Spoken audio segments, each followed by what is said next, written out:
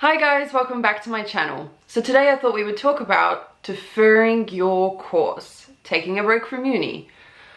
Let's get into it. I just wanted to say a quick hello to all my new subscribers. Pretty cool clicking in. Like, when you take a break from filming, you don't expect much to have happened on the channel. So to click in and see new subscribers, I was like, oh, okay, this is awesome. Let me know down below what type of content you're hoping to see and like what you were hoping to see by pressing that subscribe button. So yeah, let's grow this community because that's awesome. So at the beginning of this year, I was enrolled in a Master of Professional Psychology course. And I was very excited. I had just spent the last 4.5 years studying really hard. This was the final degree in the sequence to become a psychologist. And I was pumped. I was ready to go, like, let's do this. No, that did not happen. So I did decide to defer. I deferred for a whole 12 months. So I'm now not starting that course until February next year. And I think that was so interesting because that deferring my studies and taking a break from uni was really nothing I had expected to do. No one I knew ever thought Brooke would take a break. Like, I was just gunning for that finish line. So I guess this gives me time to reflect on what that process has been like, how I feel about taking a break. So February, March, April, May, you know, like, I'm 3 months into taking that break and I've got a lot of months left. So let's just talk a little bit about that, and I can just provide some insight, hopefully, if you're considering taking a break too. So first of all, taking a break is obviously never a bad thing, especially if you have been severely productive and committed to whatever path you are on. So last year I did my psychology honors degree, which was by far one of the most intense experiences of my life. I don't mean that in a negative way, I actually mean that in both a negative and a positive way, because it was also the most enjoyable year of my university life. But after that, I did feel like, Brooke, your brain is going to explode, because in honors, you know, you're not just dealing with academic pressures, there's also a lot of pressure there upon you and your ability to perform in master interviews, doing master applications. It's this big thing, and it's this big web of anxiety and stress. So I just felt like, you know what, after that, especially like after the honors year, but also after altogether 4.5 years of studying, maybe it's a good idea to take a breather, just like, whew, you know. Sometimes, you know, there's that stress to get to the finish line, but you do have to recognize that you are a human being. There are limits to the human condition, and you need to, it's okay to take a break, just to get to the point. That was the major pro. I was like, take a break this year, let your mind rest, breathe, pay attention to life. You know, there is life outside of the classroom, which is amazing. And I'm not gonna lie, like, I have really enjoyed not having to read textbooks or, you know, sit in front of my computer day in and day out writing assignments. That's a lot of work, and it's mentally draining. And I think only you can know when the right time to take that break is. Maybe you want to take your break in between your 3-year degree and your honors degree. Maybe you want to take that break like me after honors. So, you know, you have to gauge where you're at. I think I definitely enjoyed going straight into honors from my bachelor's degree, so I wouldn't change that. But I think because masters, especially in psychology, is such a huge thing, like, you actually have to, you know, go on placement and you have to work with clients. I can't really be the best version of myself as a provisional psychologist if I am burnt out, and if I am in that mindset of like, I've just got to get this done just to get to that finish line. Like, I'll be dealing with real human beings who have real challenges going on in their life. So, you know, I'm aware that self-care is one of the most important things that psychologists engage in. So yeah, I guess I'm just embodying, right? I'm embodying what a psychologist should be doing.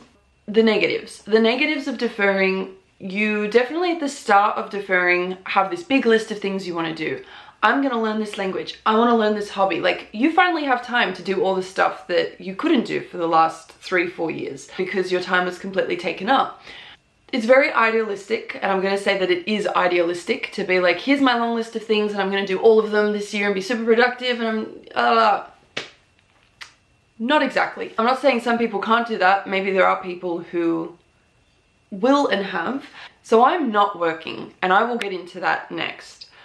But basically, when you don't have a stable routine and you don't have those types of responsibilities, you tend to become a little bit of a floater in life. Like, people say, what have you been doing? And you're like, I've been telling people like, existing. I've been existing.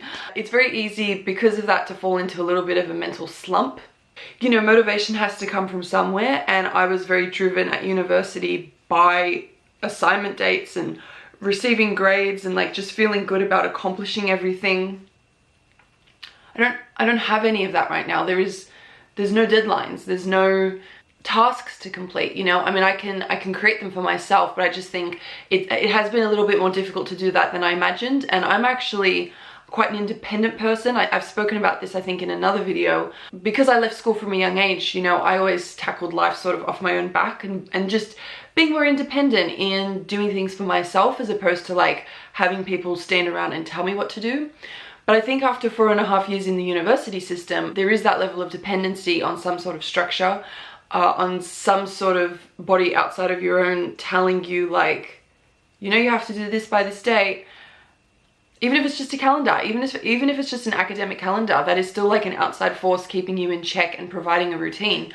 And because I don't have any of that, I cannot tell you that I've learnt a language.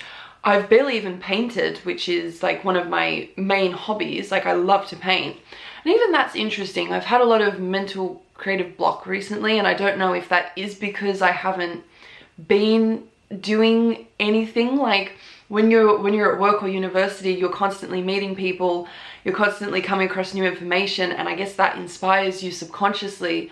Whereas because I've sort of been floating, I don't know, I'm not sure, there's a bit more of like a passive level of information processing occurring. I have no clue if any of this is going to make sense. Potentially even just being a floater has affected my ability to be creative, so that's something that I'm trying to like get on top of and push through. But you know what, even though there is a little bit of a mental slump and you're probably not going to be as productive during your time off that you would like to be, I think there's still like, you go through phases. So currently I'm in a phase of like, okay, yeah, I want to be productive. So I have been applying for jobs, and you know, in my head I'm always thinking about the next thing that I can paint.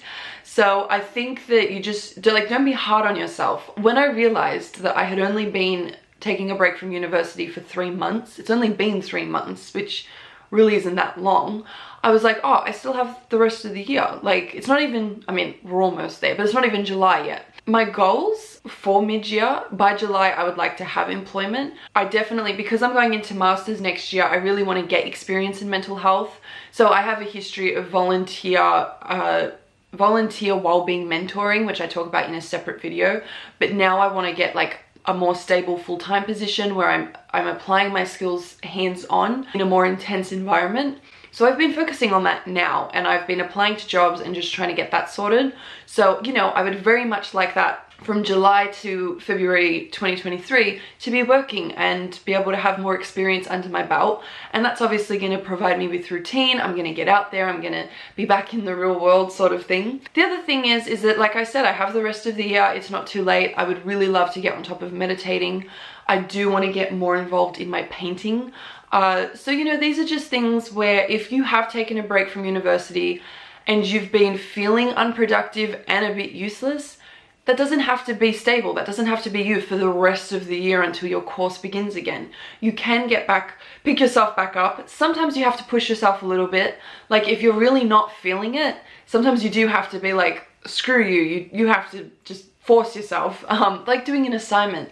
It's always the beginning of the assignment that is the hardest, but once you begin it, you keep going. I think the other reason too that it can be really hard to, you know, stick to your plans of like, I'm gonna do this, this, this, and this, is because life gets in the way. And I have mentally beaten myself up already for not doing things that I had set out to do. But on the other hand, I'm like, life is there, it is unpredictable, you can't control it. And our whole point of existing on this planet, it isn't to always be like tied to a book or a computer screen, you know, doing something. Sometimes you just have to exist as you are with the people around you and those interactions and whatnot. So yeah, I don't know if that entirely makes sense, but things can pop up that you have to deal with, or, you know, that you're enjoying that doesn't necessarily line up with what you originally had set out to do. And just recognizing that it's okay, like, it is okay to just exist a little bit. Don't let it obviously go on and on and on and on and on, and then it's like the end of the year, oh crap, I did absolutely nothing and I've just been sitting at home all year, or I've just been going out frivolously all year. So you do need to cap it and try to balance it out. But sometimes having those pockets of just living, you know, I have found myself recently going out a lot more. And that is something that during the last four and a half years, I haven't done. Like, I have spent many weekends at home studying, getting assignments done, sitting in my bedroom. So it's like, you know what? For the first time, I'm actually like letting loose. I'm letting loose, and it has been good. And I think it is good for my brain, because your brain will literally combust if you are constantly just focusing on, I have to be productive and I have to do this and I have to be responsible and blah, blah, blah. Like, you're going to drive yourself to insanity. Sometimes just let things naturally occur. You will know if you've been a bit too frivolous with your time. I think you will know when that sort of needs to be capped, and then you will become more productive. And I think the other thing that does need to be mentioned is that little bit of a risk of not returning to university. This is a common worry that people have when they defer. I think it is common that people don't return back to uni once they defer, because a non-uni lifestyle is amazing. It is amazing to not have assignments and grades and all that pressure and stress and anxiety and momentary depression and this and that. But I will say, so for myself, I did work incredibly hard to get into the master's program. And I do have to keep myself in check with what my original goals were and just remind myself why I studied in the first place. My love for psychology, working with people, wanting to positively touch people's lives who are obviously going through challenges and trying to better themselves. So sometimes you do have to check in with that, because it is easy to lose a little bit of sight. You can sit there and be like, what am I even doing this for? Like, you know, I think the human brain, it literally is designed to run through all these different possibilities and scenarios and problem solve, and we can fall into the trap of taking every thought seriously when we don't have to. So if you've deferred and you find yourself questioning your commitment or passion to something, just remember that that thought is just there to float an idea. Doesn't mean that it's true. Doesn't have to resemble, oh my god, I had this thought, so it must mean like, don't go back to uni, it was all a waste and this and that.